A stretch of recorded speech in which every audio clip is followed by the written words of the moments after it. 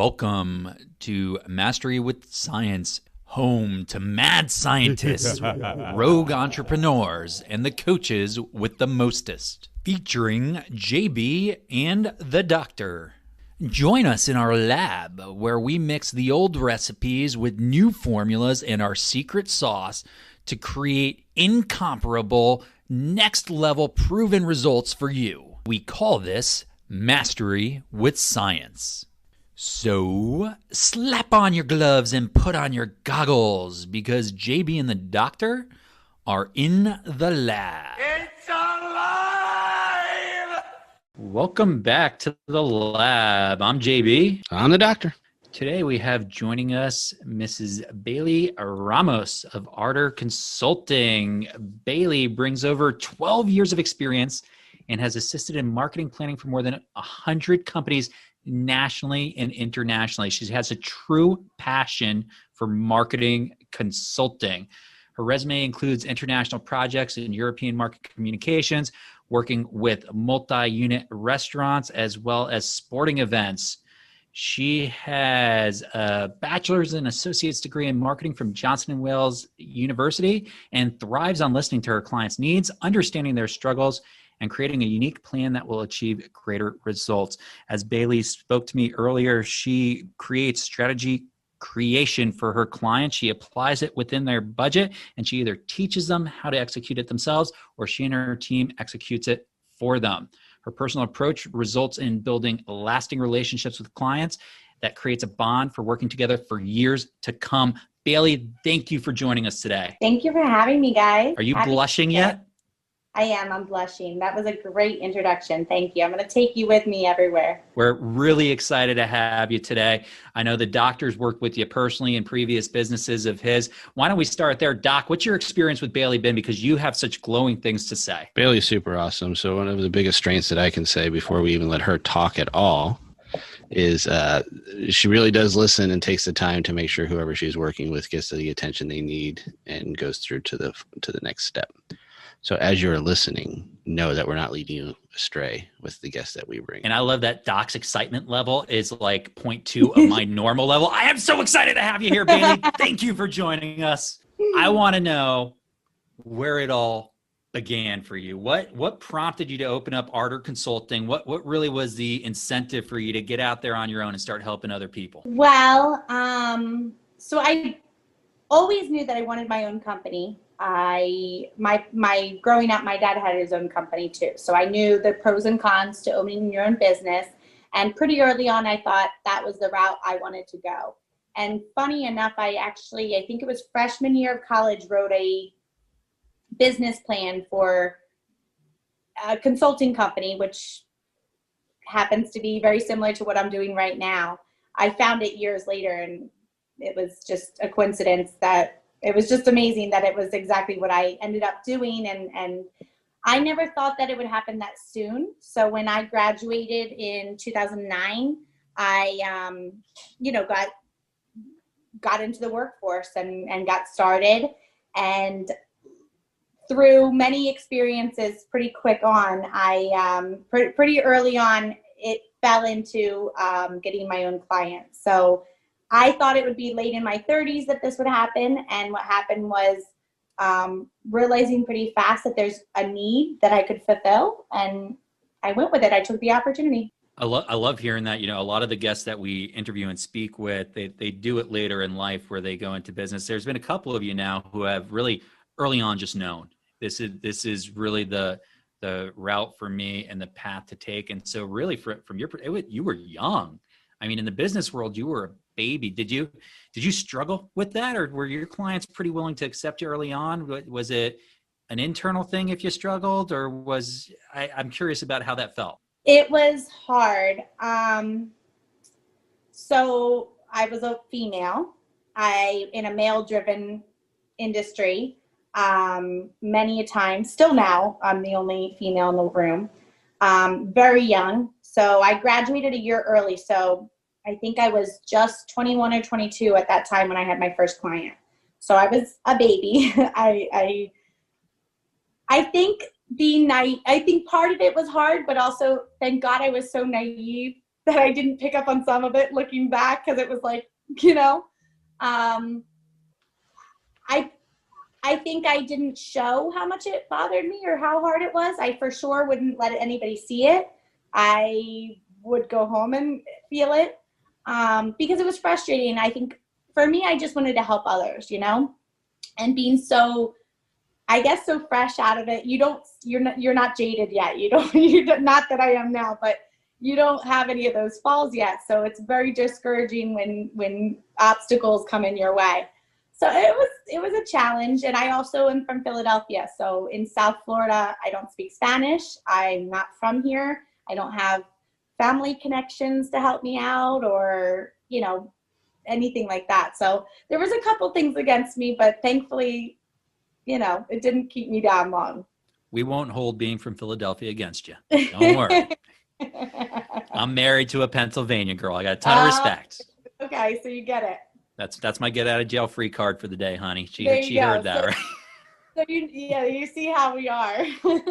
How did you come up with the name Ardor Consulting? I mentioned to you before we even started recording. I love the name. I love the idea of passion behind what you do. Where'd you really come up with it? And was that the name you started with? It was the name I started with. I actually incorporated the business in 2014. So that's when I officially, having some clients and everything, actually opened up the company, started hiring and really doing everything the professional way. I have to give credit to my father, who was super creative, has an advertising background. I mentioned before, owned his own company. Asked him for some ideas. He's shot me over a couple ideas, and that was one of them. I loved it. Look, you know, I researched the meaning a little bit more and stuff, and I thought, that's me. That's exactly what I want to do. I want to show people that I care, not just because they're hiring me for a job, but because I truly care about their business. And I mean, hopefully after talking to me for 30 seconds, you can see I have a little bit of passion. They tried to take it out of me. It's not going anywhere. I'm bored. It's it, you know? So people are always a little curious about it, but I think once you get it, it matches. Once you meet me, spend a little bit of time and work with us, it makes sense, you know? There is, from the business world, from the world I come from, Bayley, there is nothing that makes people want to buy more. And they're buying you always, right? When you're in a business, they're buying you. There's nothing better than passion.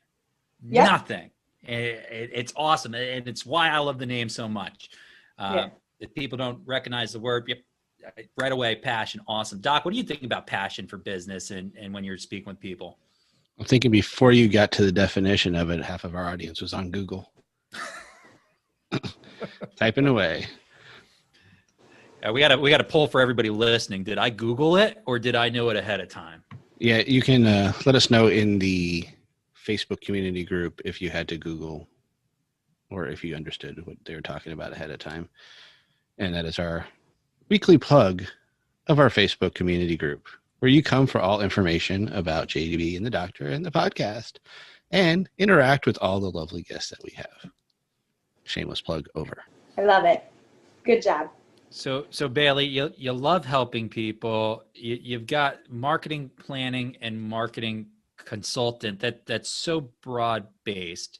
What's your favorite part of it? I would, if I had to choose, I'd probably say if you were going to pick one service, it would probably be social media. That it's hard to pick though, because I love a lot of what I do, and I love putting on events as well, and the strategic planning part of it. But social media was one thing that I started early on getting and figuring out, and I think that's probably been the platform where I was able to get my foot in the door so much, because in that time period between early 2010s, 11, 12, Facebook was new. Nobody had figured it out. So it was new. Businesses were just starting to use it. And there was no 20-year research on it. There was no plan or set rules to how to use it. So, for example, a corner pizza shop restaurant and Pizza Hut it was a level playing field for both of them. They were both at the same time figuring it out. Nobody had a leg up on the other one. So for me, I realized when I thought I had needed 15 years under my belt before I could possibly own my own business, I realized we're all at the same place figuring this out together. So why not me compared to somebody, even if they're 50 years old and been in the business 30 years, they don't know more than me because we're all making it up as we go along. And social media is a challenge because it's not logical. There's no 1 + 1 = 2. Things can go viral that you never expected to go viral. It changes every single day. So I like that. It keeps you on your toes. We can attest. We have a love-hate relationship with social media. I'll add something here, Bayley. I'm going to toot your own horn for a second. They say you really can't be considered an expert at something unless you teach it. And you built out the curriculum and taught at the collegiate level social media for quite a while early in your business. Isn't that right? Yes, I did. I was speaking at Entrepreneur Day at Miami-Dade College, and they approached me afterwards and asked me if I would be interested in helping write the curriculum, which is funny because at that time must have been, I don't know, 2014 or 15. There was no curriculum. There was no books on it. So it was super fun, and it taught me a lot. And I know that's like such a passe thing to say, but it really did, because I had business owners in the class asking questions and showing what they were dealing with, what was hard for them, what was challenging, and we were figuring out together, and it was like constantly changing and conquering and coming up with ideas. So it was a really cool experience. I enjoyed that. Talking about being thrown in the crucible, write the curriculum. The book doesn't exist. Write the book, teach it. And oh, by the way, you're going to actually live it with them as you're teaching it. What an awesome experience. You must be superb. A little bit crazy. Yes, and crazy, of course. That's fine. I don't want you to feel like you're... I'm going to go with superb. You say crazy. I say superb, potato. You have to be a little bit crazy, because you guys know this. You have to have a little bit of that. You can't play the safe side. It's never that way. I at least show off my crazy. Like, people hear me and they're like, oh, he must be a little crazy. And then you got the doctor over here who's quiet, maybe a little brooding, soft spoken. He's the one that would scare me. The talker doesn't scare me. He's the scary kind. Because you don't know what the crazy is. I don't know if you guys are either old enough to remember the George Carlin bit about that. My favorite comedian. The quiet and crazy. Quiet and crazy. No. So that's really cool. Now, so how did you build out a business, both domestic and international? Because I think, especially today, 2020, or depending on when you're listening to this, maybe 2021 and beyond, we're in a world where all of a sudden it feels like you can compete anywhere for business. So how did that kind of come about? Did you make that happen? Did you fall into it? Was it serendipitous? What drove the international side of the business? Well, a little bit of both. I spent some time in college in Denmark and Sweden doing some projects over there for some businesses. So it got me familiar with adjusting your business style to the different cultures, So I studied that and really understood it then. And not that I understood it completely, but I understood that you have to adjust to where you're doing business. South Florida is just, Miami is such a diverse city. And so I just networked and, you meet someone who has a business, knows somebody who has a business in South America, and they introduce you the same way that you network for other business, and took it on. And at my team, even though I'm not fluent in Spanish, my team speaks Spanish, French, many different languages under our belt. So that's been an advantage for us to be able to serve in those different countries. Speaking our language a little bit, and anyone knows, or any of the listeners that follow us pretty regularly know we talk about one size does not fit all. And while that the basis points kind of work across the board, you really have to make it fit for the audience that you're working with. that not everything that you do is not going to be cookie cutter. And it sounds like that's one of the great skills that you're bringing to this, is that you are going to match who you're working with individually and really focus on their needs and not just try to fit what worked for the last person into the new person. It's true. It would make our life easier if it was just one size fits all. Wouldn't it? Sending out the same plans all day long. I'm sure you as a doctor, you especially would feel, but no, and every client's needs are different. Every client's plan is different. So no matter what, you're going to adjust to them, and they like to communicate a certain way. They like to, they measure success in different ways. They have different goals. So there is no one size fits all at all. I agree. Bayley, I'm curious. Our listeners, we're going to have some of our listeners here who are brand new to the business, might not have even started. We've got some listeners that have been in business for a while and have more mature and established businesses. How often do you find when you're being introduced to a business that they've been kind of doing it on their own? And if so, what's kind of the biggest mistake you've seen businesses make that try to go it on their own on the marketing side? No softballs here.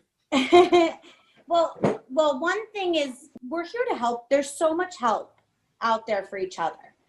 I don't try to do my taxes and my accounting because I'm horrible at that. I know I'm not great at it. So I know that I need my accountant to do that. And I rely on that. And if I'm not sure about something, I'm going to ask about that. So I think one thing is like the pressure that we put on ourselves to be good at everything in business. Just because you're amazing at one aspect of business does not mean that you're an expert at everything.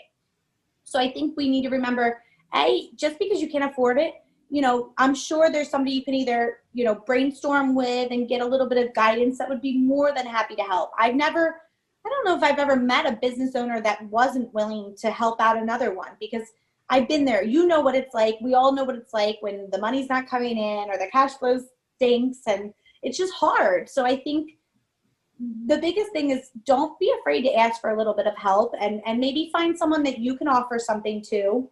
And then in exchange, even an hour of their time, respect their time, but, get some help. So when you are trying to do it all on your own, I think that's one thing is get help or learn. Or the other thing is measuring your time. Your time is money. So if you can't afford to pay somebody a couple $100s a month for something, your time is still money. So make sure you know how much your time is worth, because at one point you're going to be losing money by putting your time in something.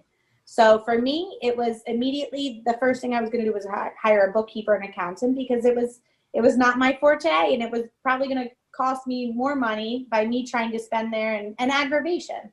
So I think those are two things I would say for sure. I'm going to ask Bayley for her address after the show so I can send her a check, because she is making my shameless plug so much easier. For all of our listeners out there who aren't aware yet at this point, A, first go listen to all our other podcasts because it's all I've been talking about. But B, the doc and I have a time mastery with science course that by the time you listen to this, just wrapped up its first launch. Tremendous success helping people identify how to save more time. We value it not at what we charge for it, but at how much of your time did we create and save you. Because if you know what your time is worth, you go, oh my gosh, this is incredible. So keep an eye out for that next iteration of this time mastery course. It's coming up sooner than later. Bayley, you are just so genuine with talking about helping others.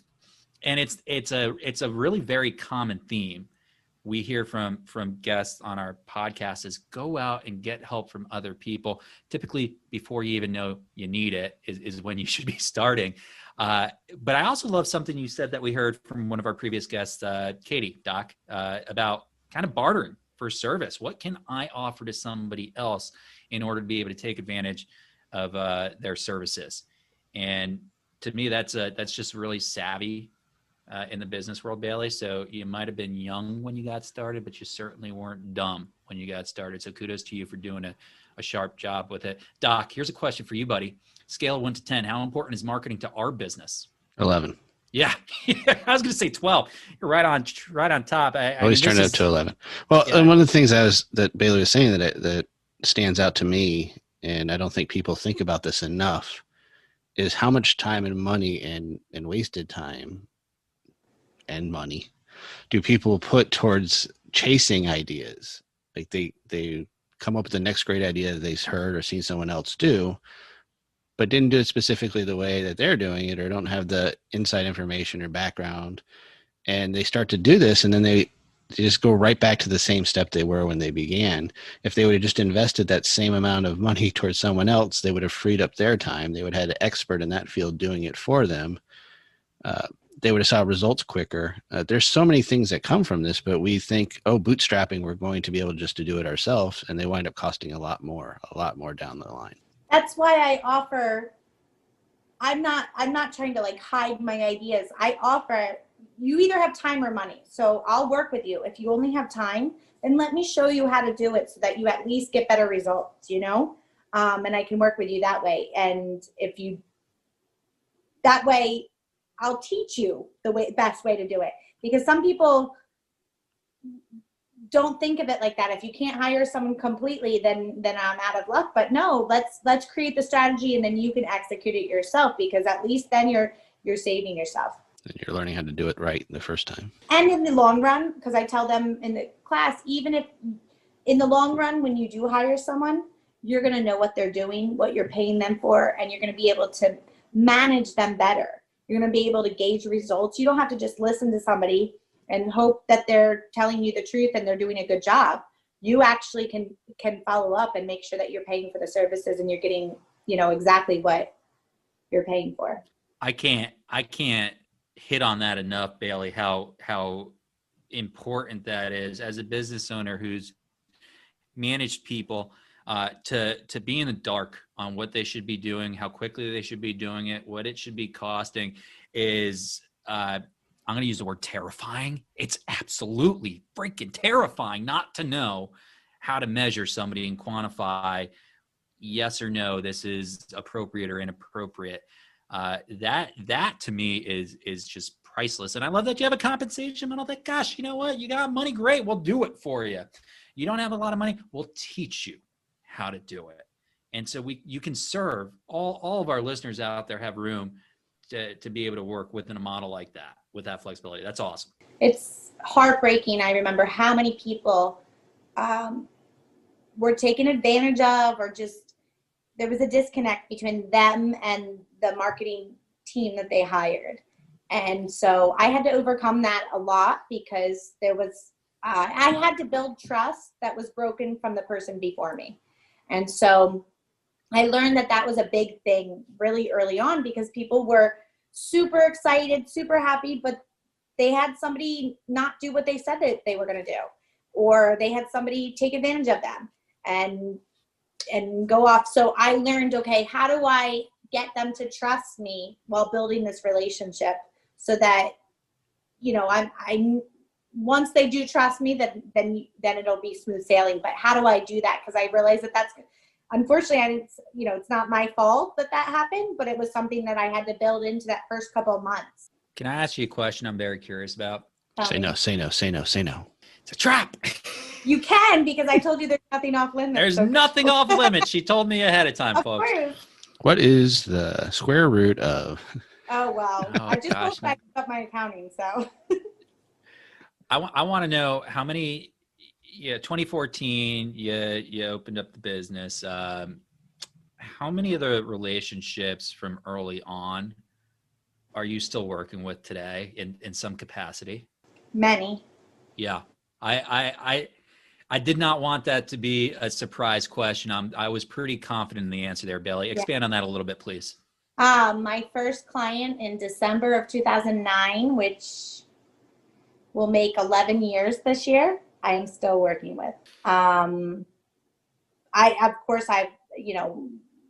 not working with every single one of them, but many of them, yeah. And those that I'm not working with, you have a relationship with. I am super excited when I have clients that I've worked with for years and they are ready to hire someone full-time in-house. And I don't take that personal. I love it. I've helped them hire those people and train them. It's beautiful. It's family, you know? So I think that's great. And I want the best for them, whether it's me, not me. So Yes. I mean, we grow together to whatever that may be. For our listeners out there, there's something you said, Bailey, that made me really confident in the answer to your question when you brought up how you build relationships with your clients, and it's a word that begins with tra and ends with ust.